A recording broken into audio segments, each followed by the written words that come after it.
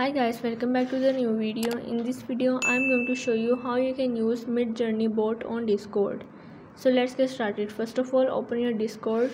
Once you are in, you have to go on the search bar and here you have to search for the link that is discord.com/invite/Midjourney and enter this.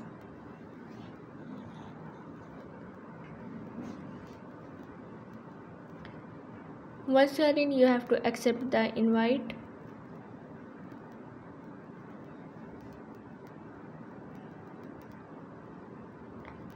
And here you have to click on the got it. Now here you have to scroll down and click on the hashtag discussion. Once you are in, you have to go on the Midjourney bot and go on the add to server.